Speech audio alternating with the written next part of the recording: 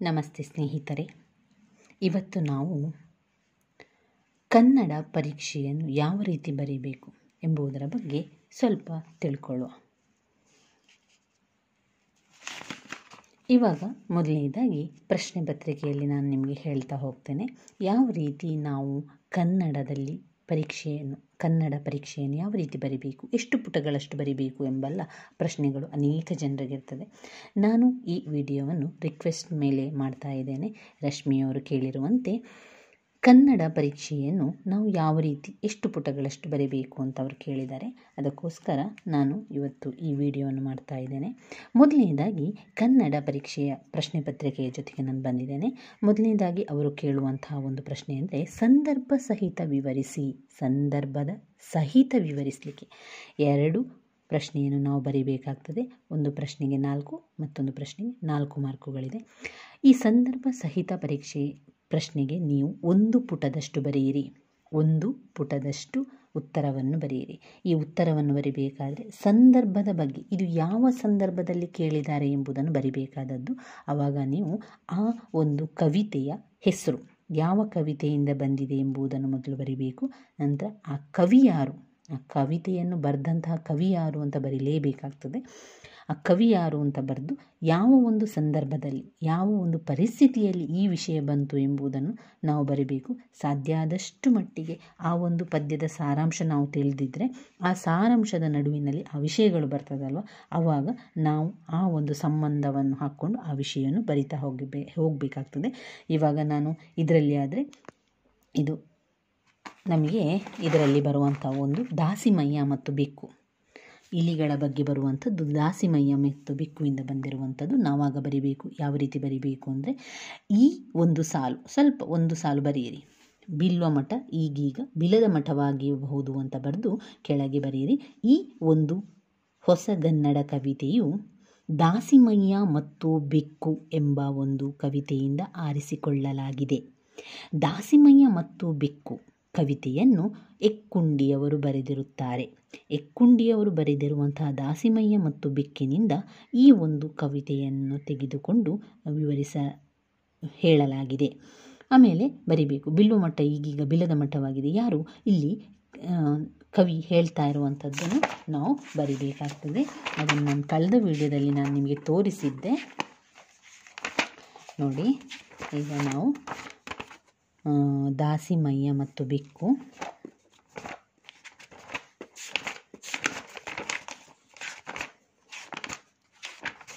ಸಂದರ್ಭಕ್ಕೆ ತಕ್ಕಂತೆ ನಾವು ಬರಿತಾ ಹೋಗಬೇಕಾದದ್ದು. ನೋಡಿ, ದಾಸಿಮಯ್ಯ ಮತ್ತು ಬೆಕ್ಕು ಎಕ್ಕುಂಡಿಯವರು ಬರೆದಿರುವಂಥ ಒಂದು ಕವಿತೆ ಅಂತ. ಅದನ್ನು ನಾವು ಮೊದಲು ಬರಿಬೇಕಾದದ್ದು ಅದುವೇ ಕವಿಯ ಹೆಸರು ಮತ್ತು ಕವಿತೆಯನ್ನು ಯಾವ ಕವಿತೆಯಿಂದ ಆ ಒಂದು ಸಾಲುಗಳನ್ನು ಆರಿಸಿಕೊಳ್ಳಲಾಗಿದೆ ಅಂತ ನಾವು ಬರಿಬೇಕಾಗ್ತದೆ. ನೋಡಿ, ಇಲ್ಲಿ ಬಂದಿದೆ ಬಿಲ್ವ ಮಠದಲ್ಲಿ. ನೋಡಿ, ನೀವು ಯಾವಾಗಲೂ ಕವಿತೆಯಲ್ಲಿ ಈ ರೀತಿಯ ಪದ್ಯಗಳ ಸಾಲುಗಳನ್ನು ನೋಡ್ಕೊಳ್ಬೇಕು. ಯಾವ ಸಾಲುಗಳು ಅಲ್ಲಿಂದಲೇ ಅವರು ತೆಗೆಯುವಂಥದ್ದು, ಅಲ್ಲಿಂದಲೇ ಅವರು ಆರಿಸಿಕೊಂಡಿರುವಂಥದ್ದು. ನೋಡಿ, ಈ ಒಂದು ಪ್ರಶ್ನೆಯಲ್ಲಿ ಬಂದಿರುವಂಥದ್ದು ಬಿಲ್ವ ಮಠ ಈಗೀಗ ಬಿಲದ ಮಠವಾಗಿರಬಹುದು. ಇಲ್ಲೇ ಇದೆ ನೋಡಿ, ಬಿಲ್ವ ಮಠ ಈಗೀಗ ಬಿಲದ ಮಠವಾಗಿರಬಹುದು. ಯಾರಲ್ಲಿಯೂ ಇಲ್ಲ ಶಿವನ ಹುಚ್ಚು, ಸಿಕ್ಕಿದ್ದು ಸಿಕ್ಕಷ್ಟು ಮುಕ್ಕಿ ಕಣ್ಮರೆಯಾಗಿ ಬದುಕಿರುವ ಇಲಿಗಳೇ ಇಲ್ಲಿ ಹೆಚ್ಚು ಅಂತ ಇದೆ.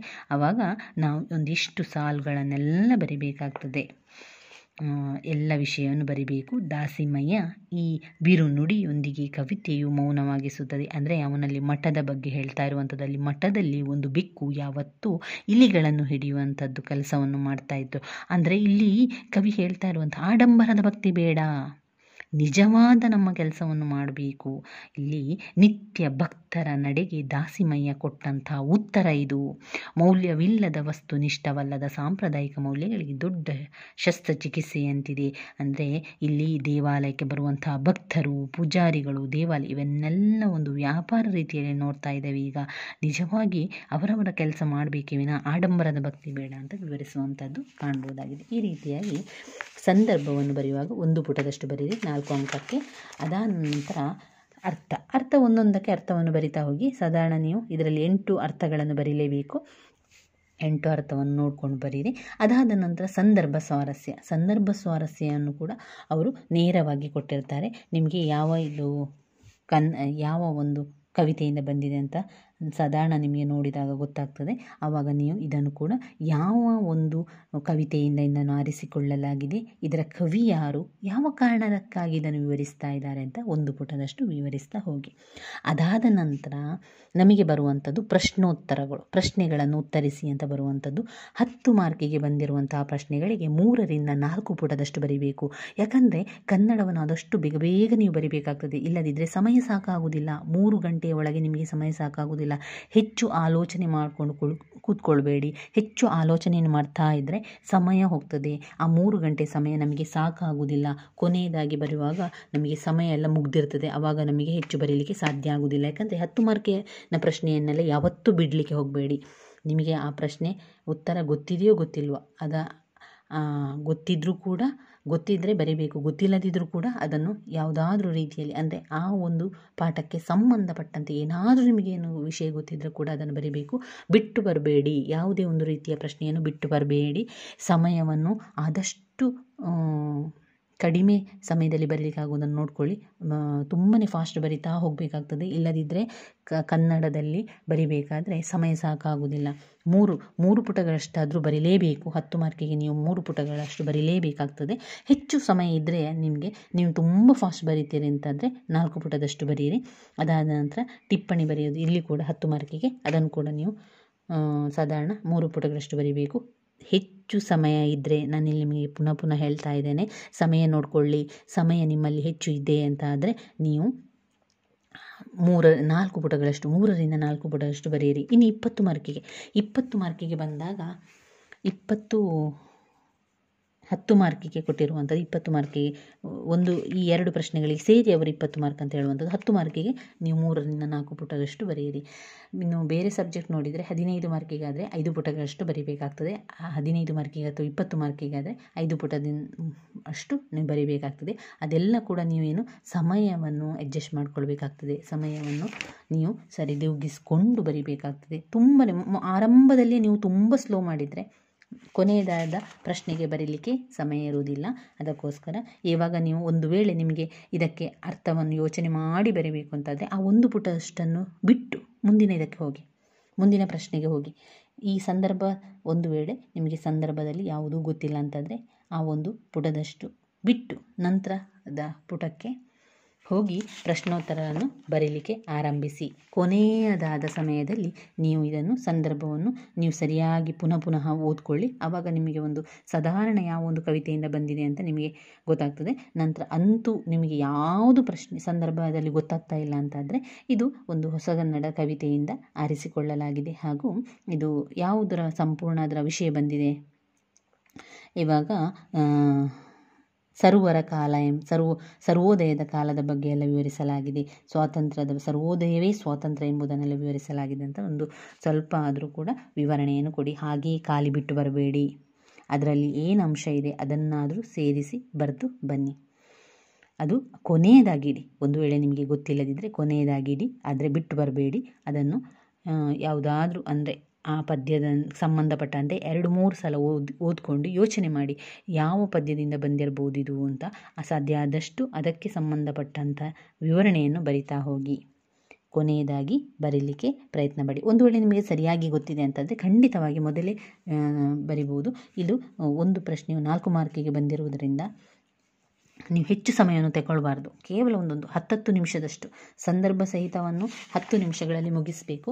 ಹಾಗೆ ಈ ಒಂದು ಪದಗಳ ಅರ್ಥವನ್ನು ಈ ಸಂದರ್ಭವೆಲ್ಲ ಸೇರಿ ಅರ್ಧ ಗಂಟೆಯ ಒಳಗೆ ಈ ಸಂದರ್ಭಗಳನ್ನೆಲ್ಲ ಅರ್ಧ ಗಂಟೆ ಮಾತ್ರ ತಗೊಂಡು ಬರಬೇಕು. ತುಂಬ ಫಾಸ್ಟ್ ಬರೀಬೇಕು. ಇಲ್ಲದಿದ್ದರೆ ಏನಾಗ್ತದೆ, ಬರೀಲಿಕ್ಕೆ ಸಮಯ ಸಾಕಾಗುವುದಿಲ್ಲ. ಕೊನೆಯ ಪ್ರಶ್ನೆಗೆ ಬಂದಾಗ ನಮಗೆ ಬೆಲ್ಲಾಗಿರ್ತದೆ. ಆಮೇಲೆ ನನಗೆ ಇನ್ನೊಂದು ಪ್ರಶ್ನೆ ಬರೀಲಿಕ್ಕೆ ಬಾಕಿ ಇತ್ತು, ಸಮಯ ಇಲ್ವೇ ಅಂತ ನಾವು ತುಂಬ ಸಿಕ್ಕಾಪಟ್ಟೆ ಬೇಜಾರಾಗ್ತದೆ ನಮಗೆ. ಅದಕ್ಕೋಸ್ಕರ ನಾನು ಹೇಳ್ತಾ ಇರುವಂಥದ್ದು ಆರಂಭದಲ್ಲಿ ಸಂದರ್ಭವನ್ನು ಬರಿಬೇಕಾದ್ರೆ ತುಂಬ ಫಾಸ್ಟ್ ಬರಿಬೇಕು. ಹಾಗೆ ಗೊತ್ತಿಲ್ಲದಿದ್ದರೆ ಆ ಪುಟವನ್ನು ಬಿಟ್ಟು ಮುಂದಿನ ಪ್ರಶ್ನೆಗೆ ಹೋಗಬೇಕು. ಇಲ್ಲಿ ಪ್ರಶ್ನೆ ಉತ್ತರ ಕೂಡ ಹಾಗೆ. ನಿಮಗೆ ಅದು ಏನೂ ಗೊತ್ತಿಲ್ಲ, ಬರೀಲಿಕ್ಕೆ ಯೋಚನೆ ಮಾಡಬೇಕು ಅಂತಂದರೆ ಯೋಚನೆ ಮಾಡ್ಕೊಂಡು ಕೂತ್ಕೊಳ್ಬೇಡಿ. ಆರಂಭದಲ್ಲಿ ಯೋಚನೆ ಮಾಡಲಿಕ್ಕೆ ನೀವು ಸಮಯವನ್ನೇ ಕೊಡಬಾರ್ದು. ಸೀದಾ ಬರಿತಾ ಹೋಗಬೇಕು. ನಿಮಗೆ ಸರಿಯಾದ ಉತ್ತರ ಗೊತ್ತಿದ್ದನ್ನೆಲ್ಲ ಆರಂಭದಲ್ಲಿ ಬರಿತಾ ಹೋಗಬೇಕು. ಕೊನೆಯದಾಗಿ ಗೊತ್ತಿಲ್ಲದನ್ನು ಕೊನೆಯದಾಗಿ ಇಡಿ. ಹಾಗೆಯೇ ಕೊನೆಯದಾಗಿ ಆ ಉತ್ತರವನ್ನು ಆಲೋಚನೆ ಮಾಡಿಕೊಂಡು ಸಮಯವನ್ನು ಅಡ್ಜಸ್ಟ್ ಮಾಡಿಕೊಂಡು ಬರೆಯಿರಿ. ಅದೇ ಗೊತ್ತಿರುವುದನ್ನು ಕೊನೆಯದಾಗಿ ಇಡಬೇಡಿ. ಗೊತ್ತಿರುವುದನ್ನು ಕೊನೆಯದಿಟ್ಟು ಆರಂಭದಲ್ಲಿ ನೀವು ಯೋಚನೆ ಮಾಡ್ತಾ ಕೂತ್ಕೊಂಡ್ರೆ ಕೊನೆಗೆ ಸಮಯವೇ ಸಾಕಾಗುವುದಿಲ್ಲ, ಗೊತ್ತಿರುವುದು ಕೂಡ ಮರ್ತೋಗ್ತದೆ. ಅದಕ್ಕೋಸ್ಕರ ಗೊತ್ತಿರುವುದನ್ನು ಆರಂಭದಲ್ಲಿ ಬರೀರಿ, ಗೊತ್ತಿಲ್ಲದನ್ನು ಕೊನೆಯದಾಗಿಡಿ. ಕೊನೆಯದಾಗಿ ನೀವು ಸಾಧ್ಯ ಆದಷ್ಟು ನಿಮಗೆ ಎಷ್ಟು ವಿವರಣೆಯನ್ನು ಕೊಡಲಿಕ್ಕಾಗ್ತದೋ ಅದನ್ನು ಹುಡುಕಿ ಯೋಚನೆ ಮಾಡಿಕೊಂಡು ಬರೆಯಿರಿ. ಗೊತ್ತಿರುವುದನ್ನು ಆರಂಭದಲ್ಲೇ ಬರೆದು ಮುಗಿಸಿ. ಇಷ್ಟು ಮಾಡಿದರೆ ಖಂಡಿತ ನಮಗೆ ಉತ್ತಮ ಅಂಕಗಳು ಸಿಗ್ತದೆ. ನೀವು ಪಾಸಾಗಲಿಕ್ಕೆ ಯಾವುದೇ ರೀತಿಯ ತೊಂದರೆ ಇಲ್ಲ. ಧನ್ಯವಾದಗಳು ಸ್ನೇಹಿತರೆ.